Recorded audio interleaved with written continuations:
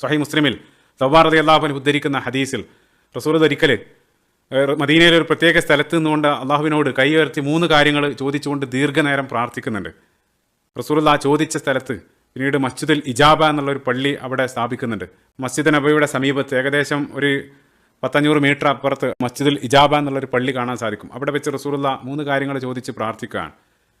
അങ്ങനെ അള്ളാഹു സുബ്ഹാനഹു വ തആല ഉത്തരം നൽകി. ഉടനെ തന്നെ റസൂലുള്ളാഹി സ്വല്ലല്ലാഹു അലൈഹി വസല്ലം അനുയായികൾ അഭിസംബോധന ചെയ്തുകൊണ്ട് റസൂലുള്ളാഹി ഈ കാര്യം അവരെ ഉണർത്തുന്നുണ്ട്. റസൂലുള്ളാഹി പറഞ്ഞു, ഞാൻ എൻ്റെ റബ്ബിനോട് 3 കാര്യങ്ങൾ ചോദിച്ചുകൊണ്ട് പ്രാർത്ഥിച്ചു, അതിൽ 2 എണ്ണം അള്ളാഹു എനിക്ക് ഉത്തരം നൽകി.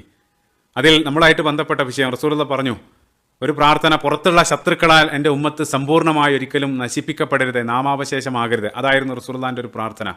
ആ സമയത്ത് അള്ളാഹു സുബ്ഹാനഹു വ തആല അള്ളാഹു എനിക്ക് അത് ഒരിക്കലും സംഭവിക്കില്ലെന്ന് എനിക്ക് വാക്ക് നൽകി. ഫഅഅ്താനിഹ വഖാല, അതിനുശേഷം അള്ളാഹു എന്നോട് പറഞ്ഞു, വലബിജ്തമഅ അലൈഹിം അഖ്ത്വാരിഹ, അതായത് ഭൂമിയിലുള്ള പല രാജ്യങ്ങളിൽ നിന്നും പല ഭാഗങ്ങളിൽ നിന്നും